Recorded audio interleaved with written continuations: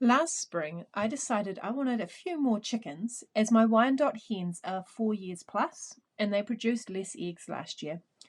We have had them for 3 years now and they had never gone broody, so I decided to buy some more. However, when I went to buy some, I found that point of lay Wyandotte pullets cost anywhere from $65 to $85, and there was no way I was paying that for a hen. So I decided I was going to incubate and raise my own. In this video, I will go over the costs involved to hatch chicken eggs and raise chicks, and cover whether selling chickens is worth it financially and if it could even be a profitable business. I wanted to raise chickens that could be used for meat and eggs, so I put my Wyandotte Rhode Island Red cross rooster over my Wyandotte girls, just because he was bigger than my purebred Wyandotte rooster. I plan to keep 3 of the hens and eat the roosters to save money on meat, and then sell the remaining hens to cover all my costs. So in my head, I was going to end up with free chickens and meat. I intended to sell the pullets around the $35 mark, just because that is what I thought was a reasonable price.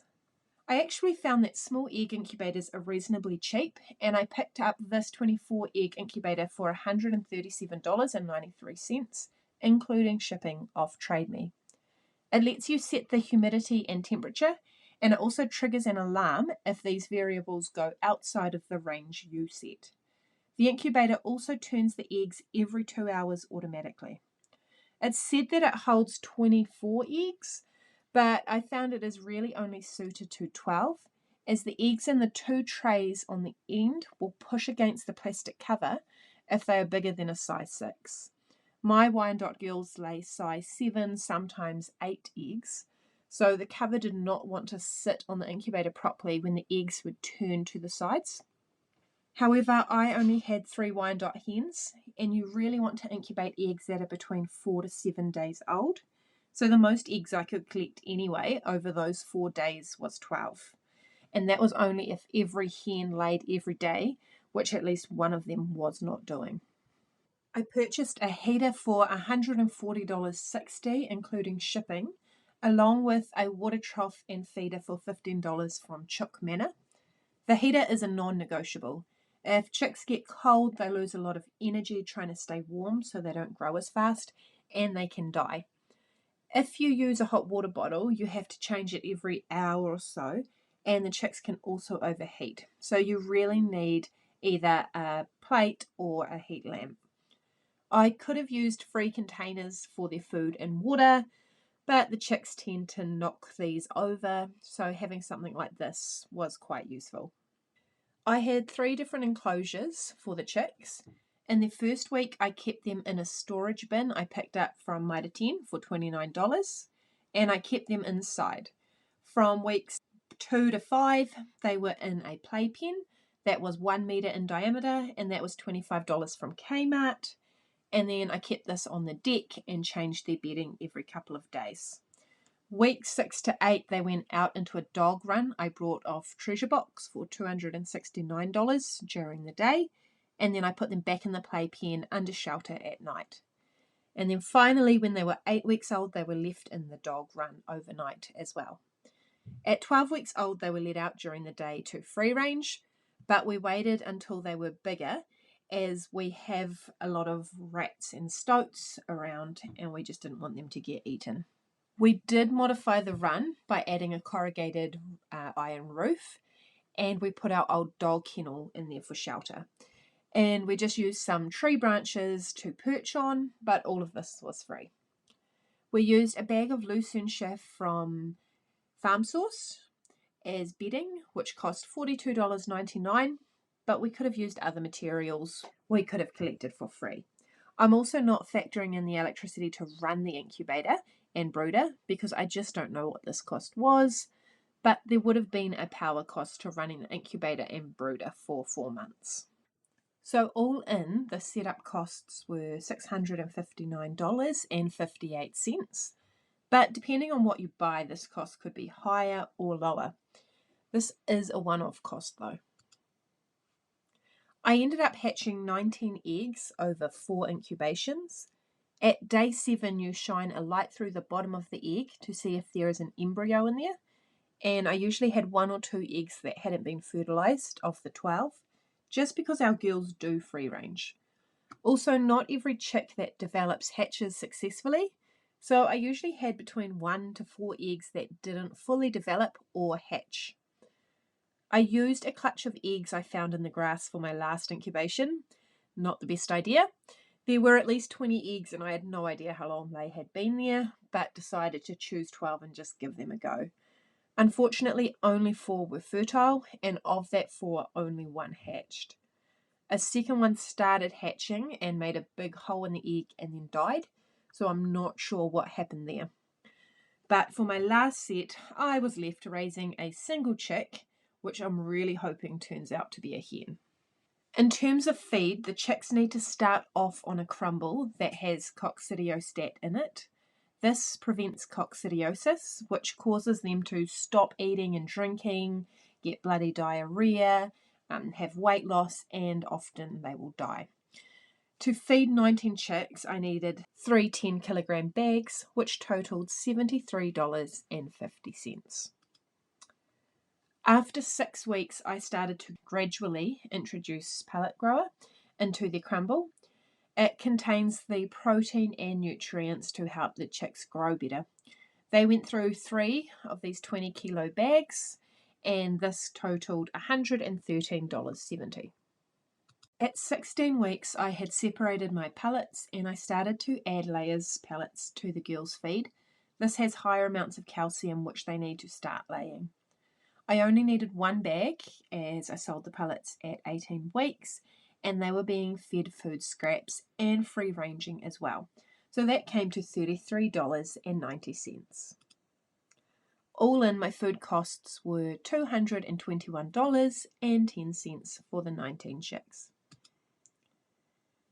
Adding setup and feed costs, it came to $880.68 to hatch and raise 19 chicks this year. We were unlucky with our hen to roe ratio. We ended up getting 8 hens and 11 roosters. It should theoretically be a 50-50 split, but it's just chance, so it also could have been worse. I said at the start that I wanted to sell the pellets for $35, but that would have totaled $280, which would just cover the feed and probably power costs. This is without me even keeping 3 hens, and if I kept 3 hens, my income would have been $175, which doesn't even cover the food costs. After playing around with numbers to find a total I was comfortable with, I came to $50 a bird. If I had sold all 8, I would have made $400, which would have covered 45% of my costs, but I decided to keep 2 hens, which meant I made $300 this season. So let's look at whether it was worth it to hatch and grow my own chicks for my family. It would have cost me at least $130 for 2 pellets at $65 each. A roast chicken is around the $14 mark, so 11 of them would have been $154. So in total, I saved $284 by raising my own. I also made $300 selling the remaining 5 hens, which totals $584. At $880.68 total costs, it would be $296.68 cheaper to buy the pellets and meat separately this year. From my experience, raising chickens is unlikely to be profitable in the first year, but if you were to do this again the following year, then your costs would just be the $200 or so for food, meaning you could make a profit and provide organic chicken for your table. How much profit you make from selling the pellets will be based on how many chickens you get. Some years you will get more chickens, and other years you will be rooster heavy. If I were to do this as a business, there are a few things that I would do differently. I would put more effort into choosing a breed that grows quickly and will start laying younger, so I don't have to feed them as long. Wyandottes don't mature until around the 24 weeks mark, so it is a long time to feed them. However, it can be hard to find a perfect breed. The meat breeds that mature quickly and can be processed earlier aren't good layers, so people don't want to buy them. And breeds that lay eggs before 20 weeks aren't good meat birds, so it may not be worth eating the roosters. The chicks will need store feed because it has the right balance of nutrients to support their development. But if I were to do this again, I would also grow a chicken feed garden of corn, pumpkin, sunflowers, silver beets, and sprouts to reduce the amount I have to feed them each day. I would also sell some as week-old chicks. There is quite a market for day-old chicks, and they sell anywhere between $8 to $15 without costing much to produce.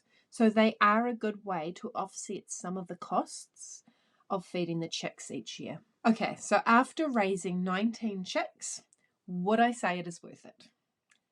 If you were just doing it to replace a few hens, absolutely not. It was a money sinkhole. If you want to produce your own organic food and sell a few hens every year, then I would say yes. But I would recommend also growing your own chicken feed. Also, I can't take away from the experience of raising the chicks. Getting to see the embryo moving and growing in the egg and how the chicks get their feathers and grow is a really cool experience, especially if you have children. A business could be profitable. If you were doing it on a large scale, you would need to be incubating 100 eggs at a time, but this would also mean that your setup costs would be significantly higher. So it is going to take a while to break even. It is definitely not the golden egg that it looks like when viewing pullets for upwards of $65. And after looking at my numbers, I no longer think $65 for a pullet is a ridiculous price. Hopefully this video has shown you the realities of hatching and raising chicks and given you a better idea of whether you want to do it yourself. If you want to follow along and see how we are working towards becoming self-sufficient, then hit that subscribe button.